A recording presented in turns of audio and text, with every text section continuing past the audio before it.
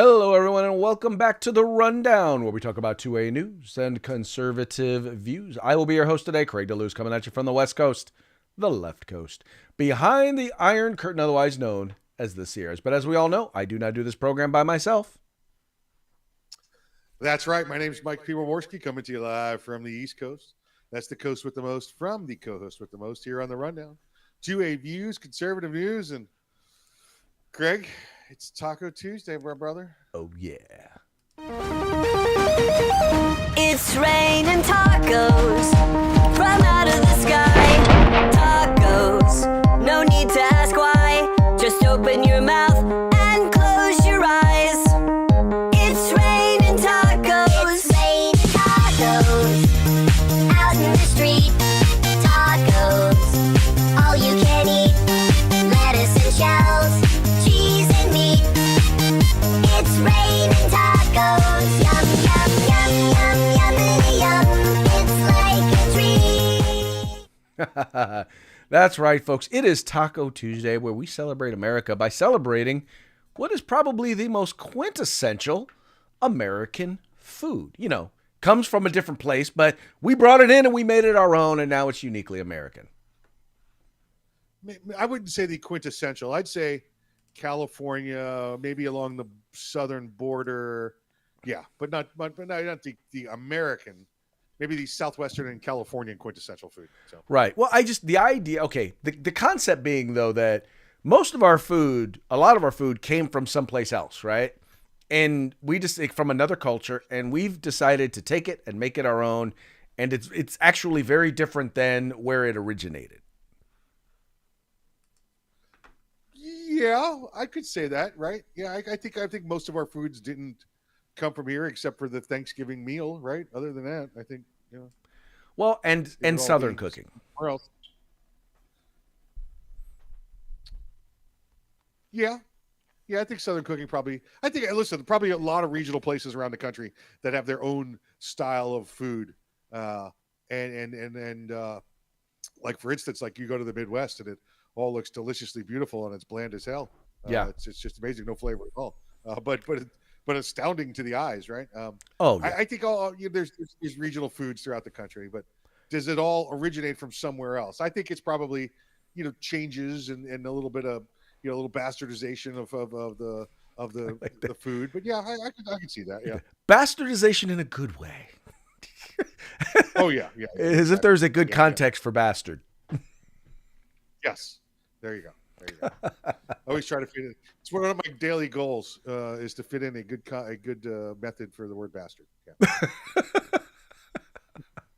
I like that. Why do I believe that? Why does that sound so believable? Yeah, it's true. It's true. Yeah. So, well, there's just a lot of examples. I don't want to go into them. We'll take up too much time with this bastardly task. I'm in agreement with you. Man, that was easy for me to say. All right, sir. Well, hey, before we get started, let's go ahead and give a quick shout out to our sponsors. Yeah, let's say hi to our good friends at Hitman Industries. That's hitmanindustries.net. You got yourself an AR in the past 5 years. You probably got one of their barrels and don't even know it. Well, now you can buy from them factory direct for your next AR build or rebarrel your current AR platform. That's hitmanindustries.net. California Republican Assembly fighting a good fight behind enemy lines. Now you can take part in California's future today. Make sure you check out the California 6th congressional race while you're out there. You want the best in tactical concealed holsters on the market? Get on over to hawgholsters.com. That's HAWG holsters.com. Use the discount code The Rundown, all one word, no spaces, all caps. Get yourself a nice little discount. And if you want some tactical gear for going outdoors, going camping, going hunting, going on the trail, whatever it might be, get on over to uscombatgear.com. You can get everything but the gun from them. That's right, folks. These are our sponsors. They bring us to you so that we can bring you to them. So do us a favor. Do them a favor. Do yourself a favor. Take a moment. Visit their websites. The links are in the description to this program. Go there. Check them out. And if you like what you see, spend some money with them. Make sure you tell them it was the guys over at The Rundown that sent you. Also, however you are participating, please make it a point. If you have not already subscribed, liked, and shared, please make sure that you do that. We're trying to grow our numbers.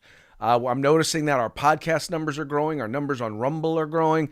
But for some reason on Facebook and YouTube, which I'm sure it's because they are throttling us, the numbers don't appear to be growing. So help us. Help us by sharing. Share it wide, especially, by the way, especially Rumble. Because, sometimes, Facebook or YouTube may censor one of our programs. Well, guess what? On Rumble, they never censor. So make sure you're liking, sharing, and participating. Also, you can watch us over at OpsLens. All right, let's see here. Let's pull up today's stories here. Here we go. All right, story number 1. Bidenomics is good for the haves, but not so much for the have-nots. Now, I know what you're thinking. You're thinking, well, gee, Craig, that only makes sense. Of course you're saying that because, you're one of those, right-wing Republicans, yada, yada, yada. You wouldn't know a have from a have-not. Well, let me tell you, I can tell you most definitely that is, in fact, the case. In fact, here over at Breitbart, they actually talk about a story where basically someone over at CNBC basically said the haves like Bidenomics way more than the have-nots. In fact, let's listen to his words. All right, now let's talk politics, the economy, and the 2024 election, because there is some new insight into the presidential race and what is really a tale of two different economies, the young versus the old. According to the latest Gallup numbers, just 28% of 18 to 34-year-olds approve of the president's handling of the economy. For ages 35 to 54, it's actually worse. A dismal 26% say the president is doing a good job. And again, really a tale of the haves and the have-nots. Among college graduates who probably have a secure job and maybe own a house or maybe own stocks or whatever, the approval rating is a little bit higher at 47%.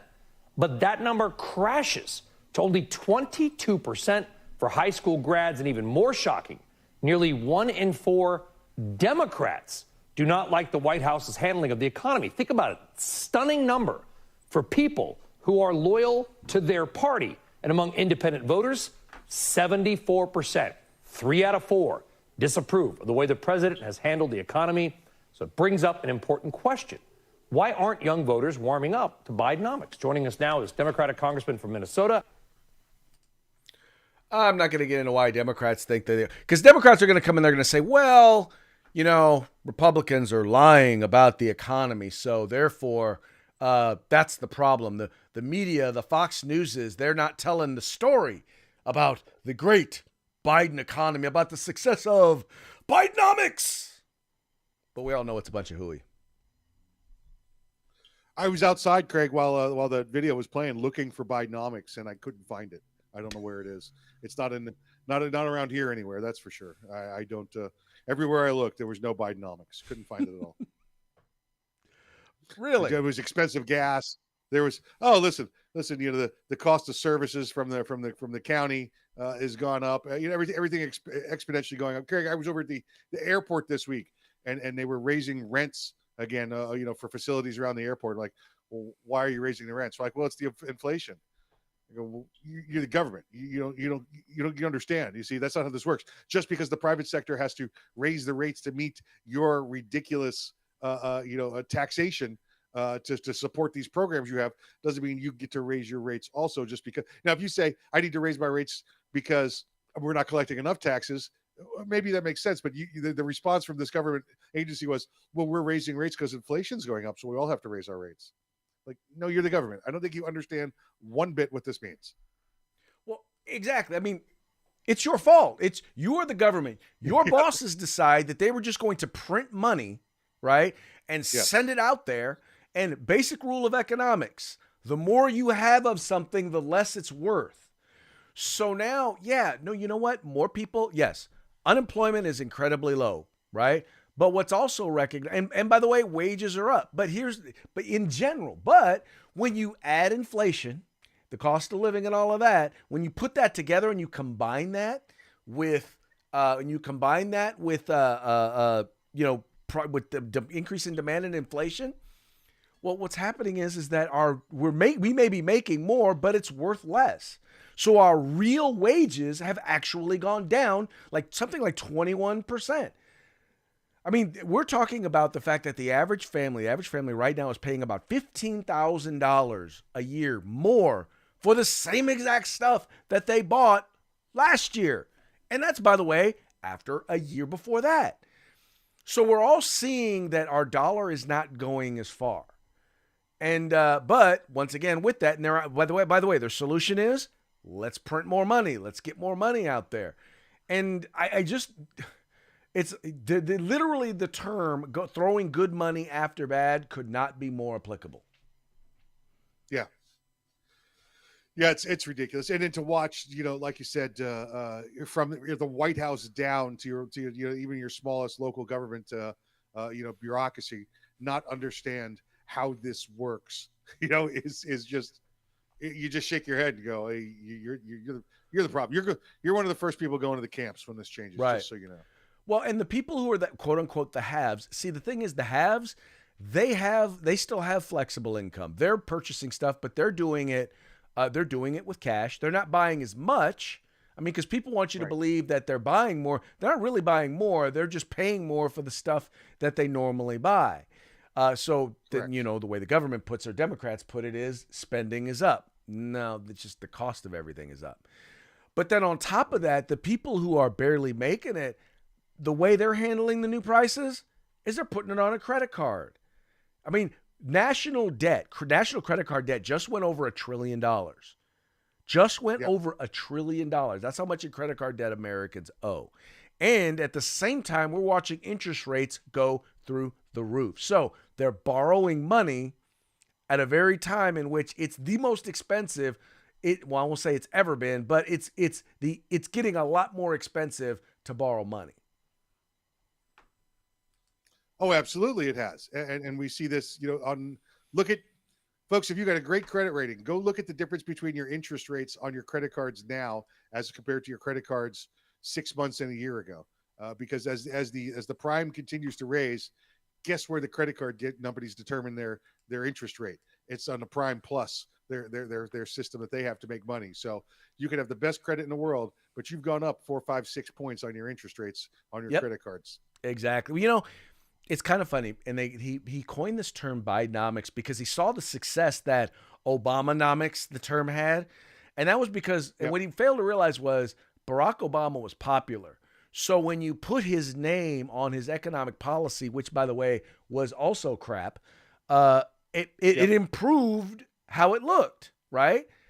But the problem is that Joe Biden, not so much. Not only is his economic policy crap, but it's horrible. He's not popular. So you even have, for example, Democrats here, House Democrats ditching Bidenomics messaging, meaning they're still promoting the same economic policies. They're just no longer referring to it as Bidenomics.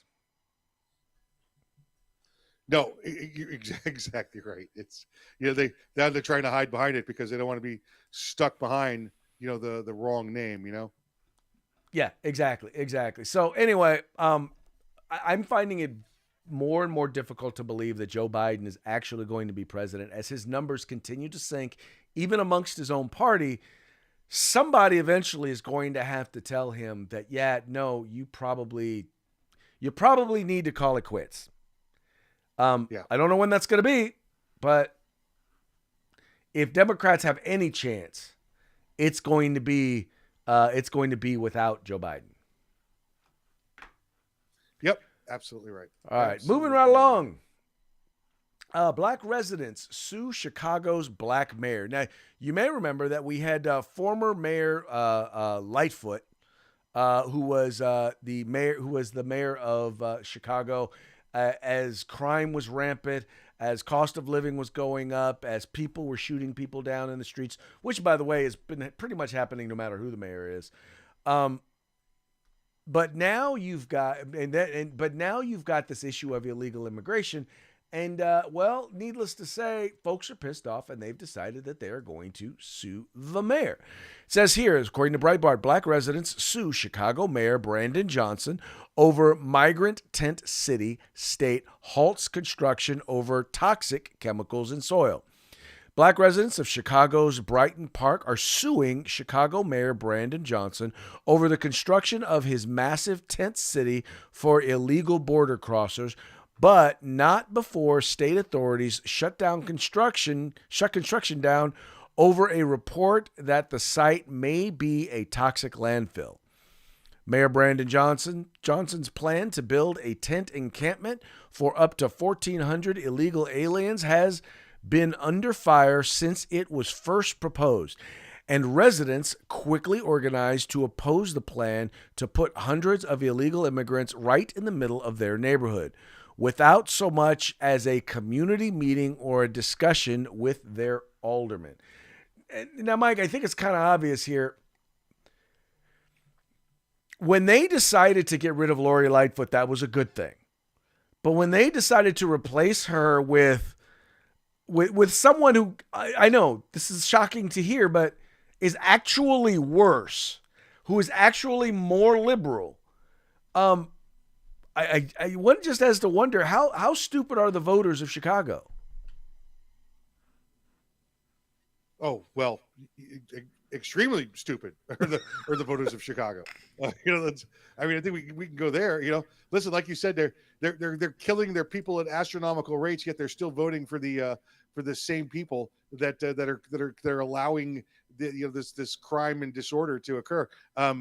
They're at just under 3,000 people shot this year in the city of Chicago, and right at 600 total homicides. So they don't care, Craig. They absolutely don't care. I don't understand how the rest of the state or the nation, the region around it, can look at the city of Chicago and say, what are we still doing here? I mean, they need to abandon this city and then let it go to, Detroit style, and let them come back from the dirt and try and regain their former stature, because this place is just a crap hole, is what it is. Well, I think what you're seeing is in municipality after municipality, they're starting to collapse under the weight of liberal policies. And the only thing that will, in the end, save them is if they start electing politicians who are willing to take them another direction, who are willing to be honest with them about what's going on, be honest with them about how the policies that have been put in place have caused these harms. And I get it. People don't want to hear that. Most people don't want to realize how their vote impacts things that are going on. And what really gets me is these are also the same people, Mike, who are first to say, well, it doesn't matter who we vote for, things never change. And I'm like, well, that's because you keep voting for the same people. You keep putting the same people on your city council. You keep putting the same people in as mayor. You keep putting the same people in as governor. I mean, people keep wondering why it's getting more. And think about it. California has gone from when Newsom first became governor, right? We had a total annual budget of about $199 billion. It's now $350 billion. And the population has actually gone down. Where's all this money going? Where's all this money coming from? I can tell you where it's coming from. But where's it going? Homelessness up, poverty up, quality of education down, crime up. Where's all the money going? An additional $150 million, 75% increase in the budget in the state of California. Do you know why? Do you know why we got this problem? Because we keep electing Democrats. We Democrats control the House, the Assembly. Democrats control the Senate. Democrats control every single constitutional office in the state of California. Somehow, though, they find a way to blame Republicans for it. I don't get it. Well, I get. Let me clarify. I get why they do it. Yeah. I don't get why voters keep falling for it. Because of the lies. Like you started off the program talking about, yellow dog Democrats, right? They'll continue to vote for the party no matter what. Nobody tells them what to do. This is how my parents voted, my grandparents voted. This is how I'm going to vote. It doesn't matter. It doesn't matter that the Democrat Party's changed 3 times in those 3 generations. They're going to continue to vote for that party. Go back right here, starting to Chicago, continuing to vote. The only way this is going to stop, Craig, is when everybody abandons the city and there's nobody left to vote for them. And that's when you'll see it to start to come back around again. That's when investors start to come back in and go, look, we got a raw slate. We could start over again. Yeah. Hope You know, the worst part about it is that I don't know that the state of California, well, the good thing is the state of California does have a lot of the natural things that you need in order to be prosperous. And the problem is those things that exist in California, the benefit has been they've existed. That's what's kept us afloat. Well, now even those things, I always say everybody has their ouch point, right? They may love California. I love California, but I'm not going to tell you that a time won't come when it becomes too expensive, when it becomes too onerous, too harmful to even my family for me to stay here. And that's where a lot of people are at right now. A lot of people are saying, I love California, but I can't afford to stay there. California has one thing, Craig. They have one thing that's kept them afloat the last 30, 40 years. Migrant labor. Other than that, you guys have been out of there years ago. Well, that's the other thing. Migrant labor has actually kept costs down significantly in California. People don't realize that. Right. You were talking hotels, we're talking transportation, we're talking restaurant and hospitality. Yeah. We're not just talking farm workers. They are in every sector, construction, you name it.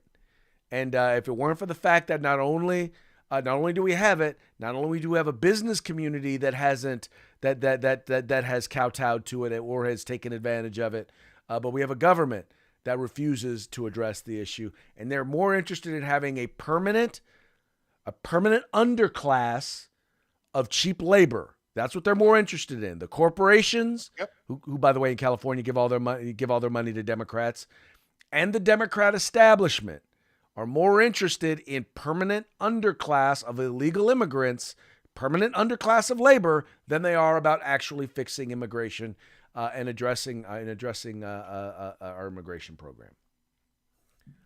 I hate to say it, but I said it. It's the only reason you're still there. Yep. That's it. It's the only reason you're still there. Yeah.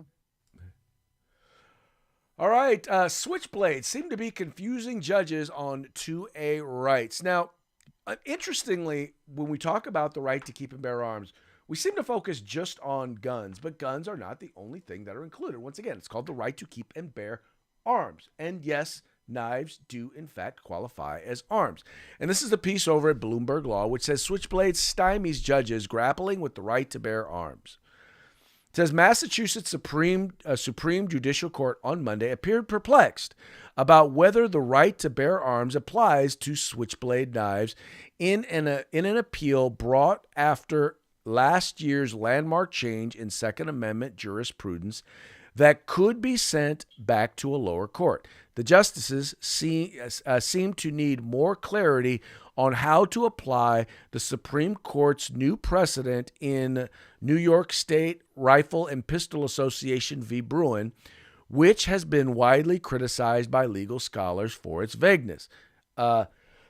Only liberals have criticized it for its vagueness. Quote, should we just wait them out and see what they do on the domestic violence case and see if Bruin goes away? Justice Frank Graziano asked at oral argument before clarifying that he was being facetious.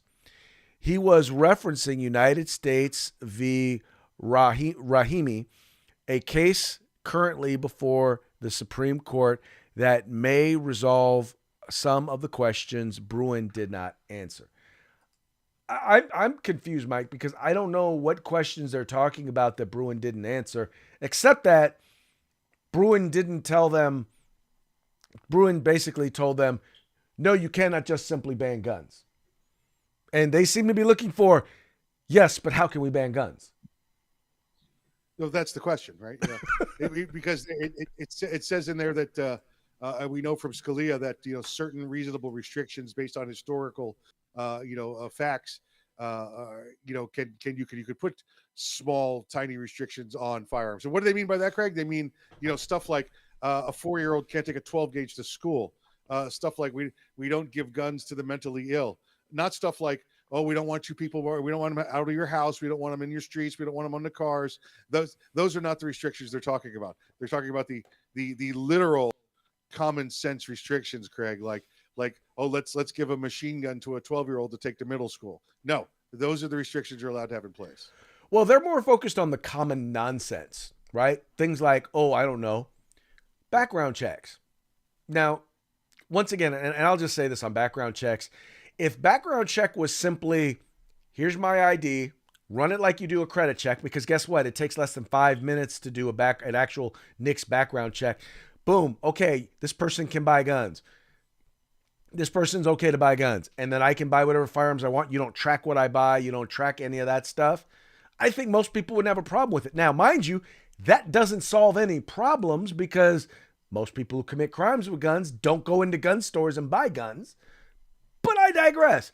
I'd be willing for that. But that's not what they want. What they want is a database. What they want is a database of who's buying guns, when they're buying guns. And then at the same time, they want to try and find every reason in the world to try and make it so that as many people as possible can't buy guns. If it was about background checks and making sure that the people qualified to buy firearms passed a background check, they would just look at the information on the individuals. But no, they make you put all of the gun information on all the background check forms so they can track where the gun is and where the gun goes to. A great example, Craig, is I'm in a state where there's no background check for individual sales, right? So if I want to purchase a firearm from another private citizen, I can do so at any time. If I want to get a background check on them, I'm allowed to go into a dealer, a federal firearms license dealer, and say, I'd like to do a background check on them. And before I give them this gun, and they're required under federal law to say, we need to see the gun so we can track it and know who it's going to and put it on the form. It's not about making sure the people are qualified. It's about tracking the firearms, exactly like you said. Exactly. And, folks, just to be clear, if they're tracking the firearm, there's only one reason to track a firearm, so that they can come get it when they have enough votes. That's why they track firearms. You don't think it's true? Ask the people in Maryland, ask the people in New Jersey, ask people in Massachusetts, ask people in New York. Oh, we're going to pass all these gun laws. Don't worry, everybody's going to be grandfathered in. You can keep them. And then 4 years later, they go, remember that grandfather thing we said? Yeah, well, that's not good anymore. We're coming for your guns. Thanks for your information a couple of years ago. Oh, don't forget. You did say California in that group, right? I mean, I think it goes as a given, Craig, that anytime there's gun confiscation it goes going on, as a given. If the sentence includes firearms, feces, and gun control, it's probably California. Yeah. California. Yep. All right, moving right along. Portland schools are now required to consider race when it comes to school discipline. Now, this is the most idiotic. This is one of the most idiotic. In other words, what they're saying is that when a student gets in trouble, you have to consider their ethnicity when deciding what their punishment looks like, which means that if you are a white kid, we throw the book at you. If you're a black kid, not so much. If you're Latino, not so much. If you're Asian, we're throwing you under the jail. That's what that means. That's all it can possibly mean. Here, once again, according to our friends over at the Washington Free Beacon, it says Portland schools must now consider race, and gender identity when disciplining students. The new collective bargaining agreement. So, by the way, this was not decided by voters. This was decided by the politicians there on the school board and the union. Anyway, it says a new collective bargaining agreement between Portland Public Schools and its unionized teachers requires school officials to consider a disruptive student's race, gender identity, and sexual orientation when crafting that student's disciplinary plan. When a student exhibits continuous disruptive behavior, the agreement says school officials must develop a support plan for the student, which can include disciplinary measures such as detention. The plan must take into consideration the impact of issues relating to the student's trauma, race, gender, identity, and presentation, sexual orientation, and restorative justice as appropriate for the student, according to the agreement. The new disciplinary policy also eliminates mandatory suspensions for students who threaten or harm others. Now, those students may only be removed from their classroom, not from the school altogether. So in other words, if you decide that you want to threaten, if you're a student and you decide you want to threaten others, including your teacher, can't be expelled for that. Yeah, not the way I thought this story was going when it first started out, but this is, I mean, this is the picture of discrimination. We're going to discriminate based on race. We've gone from working our way away from how to discriminate and how to treat everyone equally, right? To all of a sudden now we have we're going to discriminate based upon race. Now we're going to discipline based upon race. We're going to discriminate in discipline. That's the story. That's what the story should be. Pretty much, that's exactly what it is. We're going to discriminate based on this. We're going to start treating people differently because of their gender, because of their gender identity, because of their race. We are now going to treat them differently. And I'm sorry, but is that or is that not racism? Is that or is that not sexism? Is that or is that not just flat out discrimination? I say that it is. Oh, it absolutely is. It's clear discrimination. But again, they're going to hide behind the DEI as the reason for this, Craig. Well, we have to treat them separately and differently because everybody's situation is different. No. This is one school board. This is one state and one nation. You treat them all you treat them all as equals in this university or this school system. Exactly. Well, all right, folks. Hey, we're at about that time. It's time for our parting shots, brought to you by Hog Holsters. That's HAWG holsters.com. Go to hogholsters.com. Make sure you use discount code The Rundown, all caps, no spaces. Get your Hog Holster today. All right, our 2 items today are going to be brought to you by the Babylon Bee. You're going to love these, as I love them. This first one, well, you might recall that right now there's the big discussion right now every place is as more video evidence has been put out there from Hamas and what they did on October 7th and literally how they videotaped themselves raping women and then killing them, right? These are their videotapes. This is their evidence. The fact that as a part of their founding document, their directives, rape is used as a tool in order to, it's part of their program, part of their policy. Well, Bill Cosby has decided that, you know what, the best way for him to handle things, he's going to join Hamas so that feminists will stop condemning him for rape. There you go. Very nice. Very good. Very good. The cause. I'm looking good there. Okay. Now this next one, we've talked a lot on this program about the sexual content, the sexual nature of books in schools. And, you know, I have to say that some education leaders, well, they're making a case as to why this content needs to remain in schools. It says here, public educators warn low literacy rates may prevent kids from reading about gay sex. In other words, well, we kind of need this gay sex in the schools so that we can get kids to read. Really? It makes sense. All right. It makes sense. We want to make sure they can read well enough to read their gay sex books. That makes sense. Yeah. Well, now I want you to, so let's read, the article itself is hilarious as well. I want to read a little bit from it. It says here, recent reports shining a harsh light on literacy among public school students have sparked concern among public educators. Public school teachers and their unions are warning that high illiteracy rates may prevent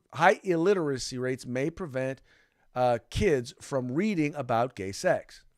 What's the point of sneaking books about gay sex into schools if the kids are unable to read them, said Secretary of Education Miguel Cardona to a concerned group of public teachers.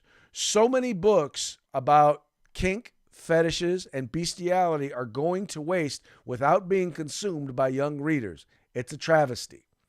And then we have Randy Weingartner of the American Federation of Teachers issued a similar warning, stating emphatically that the legal guardians of America's youngest generations, as the legal guardians of America's youngest generations, it is up to us to teach kids how to read furry-themed porn written by Marxist transbian Z Gems.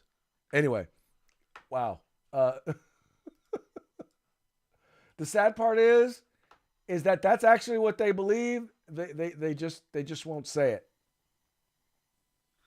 It's true. Listen, they have their reasons, and here it is, right out in the open. Where you go. Exactly. That's why they want to improve literacy so that the kids can read about gay porn. Hey, you can't vote for me in an election if you can't read my name. There you go. All right, Mike, let's give that shout out to our sponsors before we wrap this show up. Hitman Industries, that's hitmanindustries.net.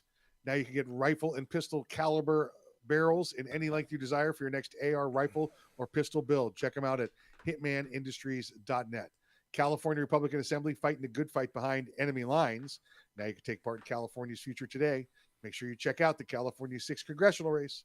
And of course, if you want some tactical gear, whether you're going out training, you're going out for real, you're going hunting, you're going camping, whatever it is, you get everything but the gun at uscombatgear.com. All right, folks, that's going to be it for today. We very much appreciate you tuning in. We will be back tomorrow on Hump Day. See you then. Hump Day.